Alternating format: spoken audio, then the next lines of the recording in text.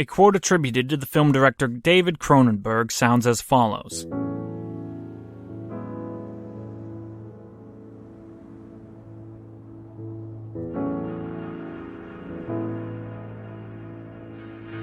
Everybody's a mad scientist, and life is their lab.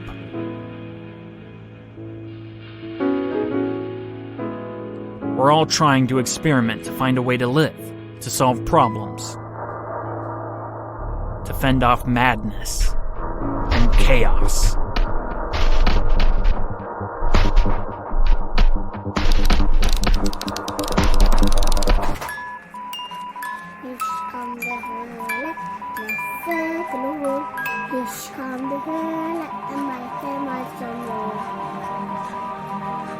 Solve the World, a fictional adventure told in 100 episodes.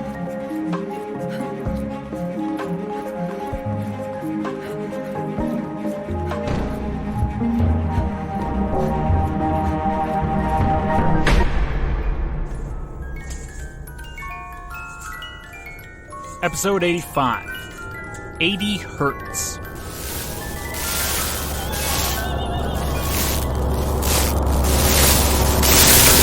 Posts from the blog of Atticus Further. Entry 84. Pulsing, throbbing, reds and purples, all around the edges. No way to go through with it. No way to make the decision. You must. You must. If God is against you, let him do it. Who is he to make me do this? He created this, let him solve it. Born into this. I didn't dabble in the dark arts, threw footballs, played catch with a sister, worked the convenience store. How did that deserve this? Can't shield her from it. She's already seen. The virtues we were raised with, blasted to hell with a kiss. God's become Judas. Entry 24. My spit is stupid. It's more like drool than projectile saliva. Stupid spit. What an underachiever. Entry 13. Fall down. In agony. Beaten.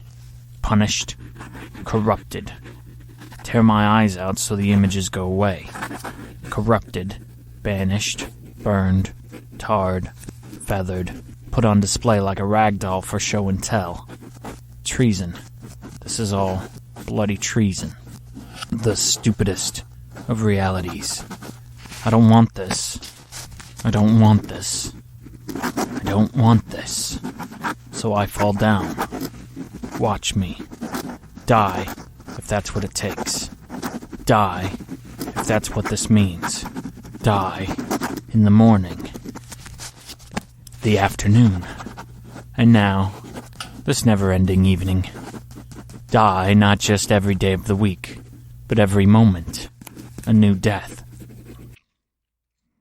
The following conversation took place between 11 a.m. and 11:45 a.m. between psychiatrist Lenore Koetnick and Jenna Finn, the morning after Jenna's escape from the night intruder.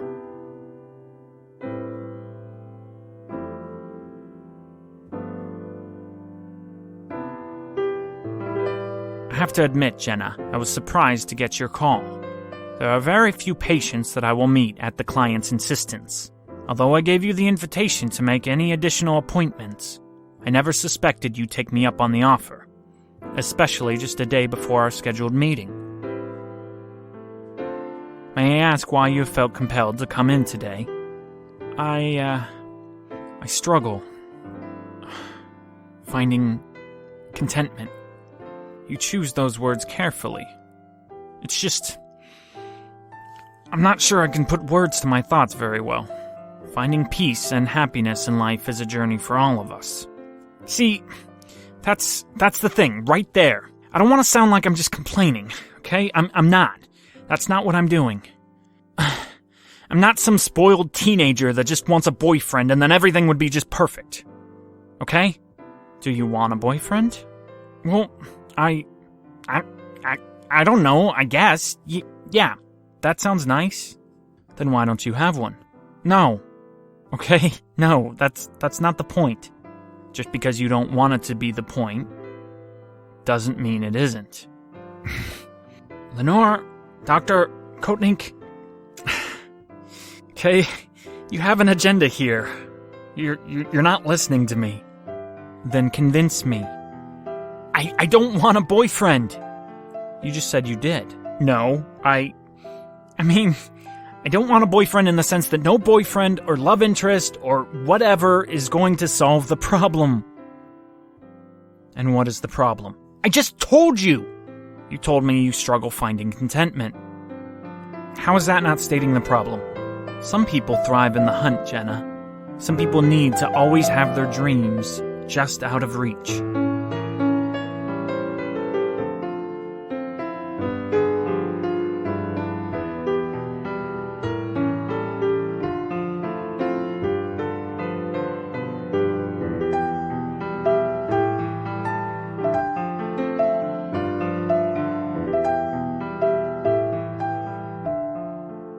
That seems like the opposite of the thing you're supposed to say to me.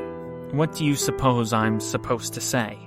That I need to reach for the stars, that if I want something, I should go take it, that the only thing holding me back is myself. Jenna, you need to reach for the stars. If you want something, you should go take it. The only thing holding you back is yourself. Feel better? I don't know what you want me to say. Is this supposed to be like this? Are you supposed to just mock me? Jenna, I want you to be honest with me. And honest with yourself. Sometimes that's not easy to do. I'm trying to get us to that place. You don't need schoolhouse answers. You're a brilliant young woman. You don't need me to tell you some cliché. My job here is to try to uncover with you internal motivations and causations. Then, once identified, we can start brainstorming on how to move toward our real, true goals. So tell me, honestly, why are we here today? Why are you in my room, speaking to me today instead of tomorrow? It's Miles. Is it? Yeah, I didn't tell you everything. Tell me now. He was at the wedding. Atticus's? Yeah. Did Atticus invite him? No. I think he was as surprised as I was that he showed up. Then why did Miles come? He came for me. To see you? To offer me something. What? A different life? He wanted you to join him. Yeah. And you said no? Yeah. Why didn't you go with him, Jenna? He's searching for someone. Who? Someone evil. A person? Yes. A person. But he can't find this person. Not yet, but it's kind of like Hansel and Gretel, except instead of going into the woods and leaving breadcrumbs behind, he's being led into the woods by breadcrumbs. You're afraid of where he's going. Maybe.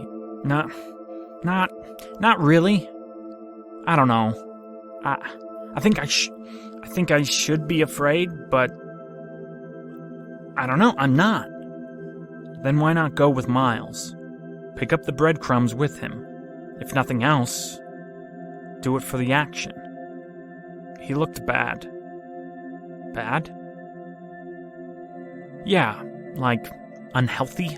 His eyes were sunk in. I think he lost some weight. His skin was almost like colorless. Pasty looking. He's starving himself on the hunt. Yeah, and the old Jenna, she would have gone with him, no doubt, right? The old one wouldn't have hesitated. So why did the new Jenna say no? I'm not sure. I feel tired. Confused? and maybe bored. If you're bored and confused, why not join him? The thing I want, I think, is the thing that makes life boring. You're talking about happiness. No, I don't think so. I think I'm scared of getting through the labyrinth. Jenna, don't speak to me in metaphors. Speak plainly. I'm trying. Isn't it glorious, my love? Christ has risen from the dead. Can you tell me more precisely what Miles wanted from you? I told you before, Miles is about two things.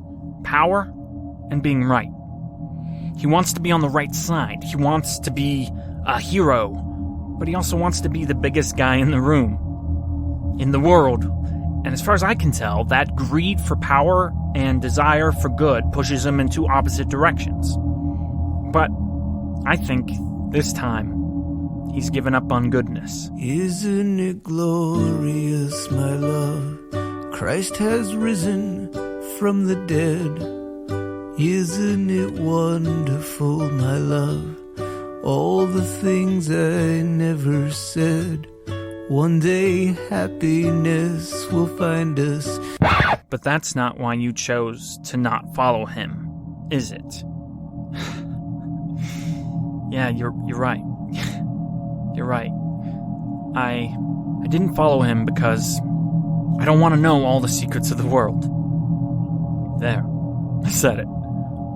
Are you waxing poetic again? No, I'm being truthful. I've learned a lot. We all have, since the plague. Reality has revealed itself, both its ugliness and its beauty.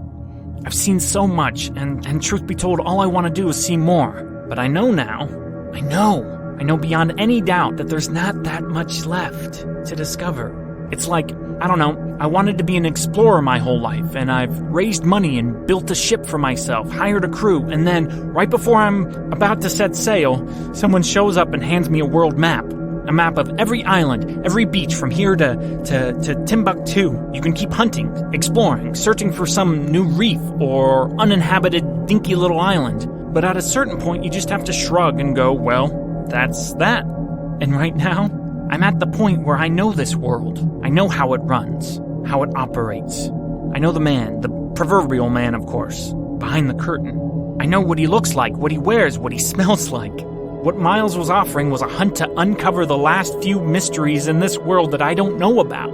If I went with him, if we were successful, then what would there be left to live for? Can you answer that question for me? When you reach the end, what's left? That's what I mean when I say I'm struggling to find contentment. Because I want to follow Miles. I do. I want to get back to the thrill of the hunt. I loved being on the cutting edge of the story, of us. But I've seen the edge of the horizon now. I'm afraid I'll fall off the edge of the earth if I just reached out those last few inches and tried to touch it. You know what I mean? You're not telling me something. What does Miles in Louisiana have to do with today? Or was it last night? No, you're not getting it. I want what I can't have. But you could have. You could have joined him. Probably still can.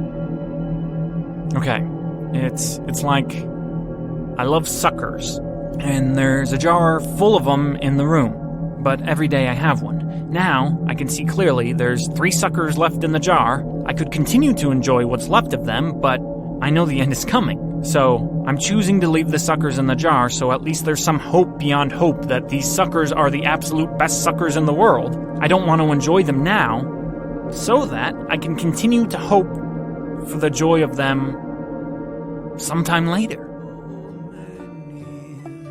Dr. Kotnik, that's the best I can do. I can't explain it better than that. And if you meet the Daily Sisters, you might burn all that you own. Give the ashes to your neighbor, maybe then you'll see their home. Give your wife a painted manger. Give your child a big squeeze. Take back all those words of anger. You might need them when you'll be on your knees, on your knees, on your knees. And if you meet the daily sisters, you might lose your faith in God, God of light and God of mercy, God of all that turns out wrong. Grace and glory be upon you with your terminal disease. Give the love back to the lovers, and the rest of us will be on our knees, on our knees, on our knees, oh, oh, oh, oh, oh, on our knees, on our knees, on our knees, oh, oh, oh, oh, on our knees, oh, on our knees, oh, on our knees, oh. What happened last night? Nothing. I'm just struggling with this. What happened last night? Or was it early this morning? It's just, the nights are long. I don't think the pills are working as well anymore. Did you do something last night? Entry 73. Hauntings are friends, lovers, fathers, sisters dead and alive, both at once. Don't disappoint. They don't. Really. No lie. They're nicer than the living. I'll tell you why. It's the predictability. That's the nicest nicety of it all. Ain't that funny? Words in the head are worth a million in the field. Make you cry, holler sometime. But that's wonderful, if you really think about it. If you really think about it, dwell on it, then it's a pleasant reality. Predictability. Something you can rely on. Swim with it. Frolic in the field. Throw a baseball with your ghost dad. He'll throw it right back. Every time. That's a promise. Ghosts always, always, always, read my words, always follow through. They are predictable. Say the same things. You're a liar. You're a failure. You didn't save me. What comforting words to hear over and over again. I'll take that any day. Every day. Every moment. All moments. So much preferable over whatever the living command. Did you do something you regret? What? No. You never change your appointments, Jenna. You did today. What happened? My dog died.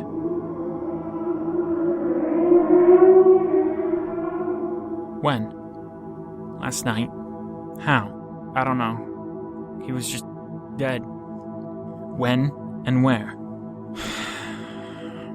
I woke up in the middle of the night. He wasn't in his usual spot, and so I walked around the house until I found him on the floor. He was already gone. Did you hurt him, Jenna? No. Okay. It's okay. Listen, Jenna, there's this survey I'd like to assess you on. I've been meaning to give it to you for a few weeks now. I want you to know that I'm here for you. I'm sorry about your dog, and I'm not your enemy. I'm on your side. Okay? I'm gonna run a few statements by you. The statements are a little weird. I want you to give me a number, 1 to 10, after every statement. 1, meaning you never have the same experience as the statement. 5, meaning half the time you have the same experience. And 10 being all the time. Do you understand? What's this about? What's this for? We'll go over that in a moment, as soon as we finish. Is that okay? Okay. Great. This is a survey made by Eve Bernstein Carlson, Ph.D., and Frank W. Putnam, M.D. Okay? Here we go. Statement 1. Some people have the experience of driving or riding in a car or bus or subway and suddenly realizing that they don't remember what has happened during all or part of the trip. Wait, that's it? Yes. Please give me an answer. Based on what I think some people experience? Just answer for yourself. 1 to 10. 3? Sometimes I'm thinking about other things when I'm going somewhere. Off in my own little world, I guess. Is that bad? Statement number 2. Some people have the experience of finding new things among their belongings that they don't remember acquiring. 3 again? Number 3. Some people have the experience of finding themselves in a place and having no idea how they got there. Shoot, probably 6 or 7. Which is it? Huh? Which is it? Excuse me? 6 or 7? Oh, 6. Definitely 6.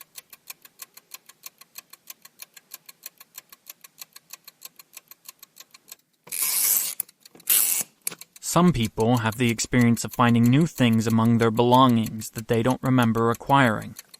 5. Some people sometimes find that they are approached by people that they do not know, who call them by another name. 5. Some people find that they have no memory for some important events in their lives. 5. Some people have the experience of being accused of lying when they do not think that they have lied. 5. Some people have the experience of not being sure whether things that they remember happening really did happen or whether they just dreamed them. 6. 6. Some people have the experience of sometimes remembering a past event so vividly that they feel as if they were reliving that event. 7. Some people have the experience of looking in a mirror and not recognizing themselves.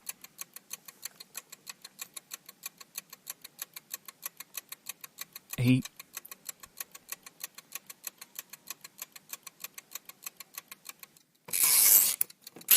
Some people have the experience of feeling that their body does not seem to belong to them.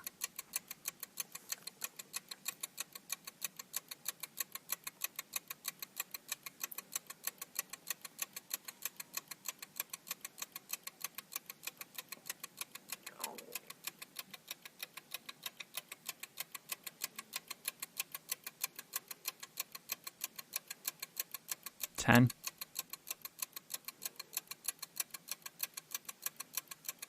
I think we can stop there. Jenna, this is going to be hard to hear, but it's important, and I'm telling you this now because I believe you are concerned with truth. That's a great virtue. I meet with a lot of people that don't give a care in the world to what's really true and what's not. I believe you care about truth, and when presented with reality and all the truth that's stuck inside it, you won't turn away. You're going to experience some anxiety. That's perfectly normal, natural, and you're going to be afraid. I'm here. I'm not going anywhere. And remember, you do have friends. Not Miles and Atticus. They're somewhere else, but you have friends here in Koper, Slovenia. Jenna, you have what's called dissociative identity disorder. I noticed signs of it almost from the beginning. Sweetie, you've accidentally referred to yourself as Jen, Jenny, Jennifer. Once, you seemed to be referring to someone named Naomi, but it was clearly yourself you were talking about. Naime. Okay. Jenna, think of your body like an electrical current. Sometimes your muscles, your blood, it's pumping, say, 80 hertz of electricity through your brain. Let's say, for instance, that that's the normal ratio, 80 hertz. But sometimes your brain jumps into high gear, and it shoots 150 hertz. Well, when that happens, you start thinking differently. You may even act differently. And then, when you're back down to 80 hertz, you may not exactly remember everything that happened at 150. You're saying, I'm crazy. Jenna, is your dog really dead? Yes. I suspect, Jenna, that if I went back to your flat, I'd find that something bad happened to your dog. Didn't it? No. Your left eyebrow quivers when you lie, Jenna. Entry 1. Goodbye. I can't say the words, so you'll have to just know. I'm sorry. I'm sorry I'm not better. I'm sorry I can't say the words you need. I'm sorry I can't be the man you need me, right now, to be. I'm sorry I can't save you. I'm sorry I am the way I am. I'm sorry I can't stick a knife in your heart. The world's already done it. I can't help. My heart's already gone. There's nothing left to cut. Are you going to lock me up? No, of course not. But I would like to start seeing you more. Every day. And I need you to start taking a new medication. Every day. Every day. It might take some time, but we're going to get the right dosage that'll get your body back to firing only 80 hertz. This will help, Jenna. You won't need to worry about how many suckers are in your bowl anymore. Once we get this thing straight, there will always be more suckers in the bowl. So that's it. All my problems are just chemicals misfiring in my head. Once we deal with the physical aberrations, we'll be better suited to start working on the environmental factors. So, take this prescription right now to Dr. Ratchet. He'll fill this up for you today. No waiting. And Jenna, it's very important. You can't take this new medication with the sedatives I gave you, okay? Tomorrow, I need you to bring that bottle back to me, okay? We could really screw things up if we mix up meds. Could blow out a circuit, get you running at 200 hertz or 20 or who knows what. Entry 99. God is responsible. Think about it 1,000,000 times over. Nowhere else. Point the finger. Leave it pointing at him. It'd be dangerous, okay? Do you understand? Yeah. Do you have any questions for me? No. Are you scared? No, not overly. Jenna, when this medication starts working, and it will work, Jenna. Don't you doubt that. But when it does, you know you are still going to have to face reality. You're still going to have to face your past. Oh, no, Nizo. Oh, no, Nizo. Oh, no, Nizo. Entry 52. Choose love. Just because. Because obviously God doesn't want us to. Choose that. Now. After that, Dr. Lenore Kotnik handed Jenna Finn her prescription, and soon thereafter Jenna was out the door.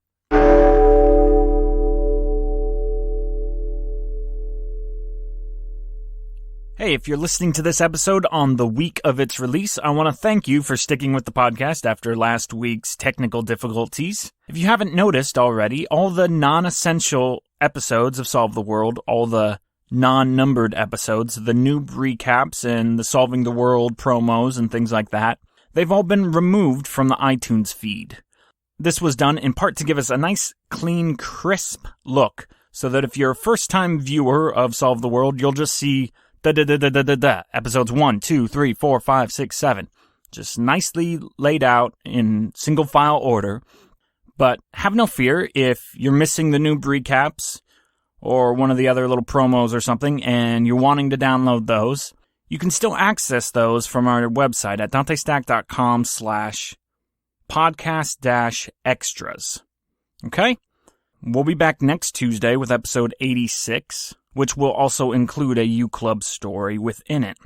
All the music and sound effects used in this episode and every other episode of Solve the World are appropriately attributed at dantestack.com.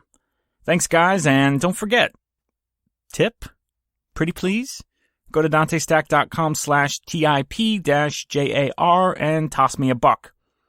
I'd appreciate it. I really would. Pretty please. Okay, see ya.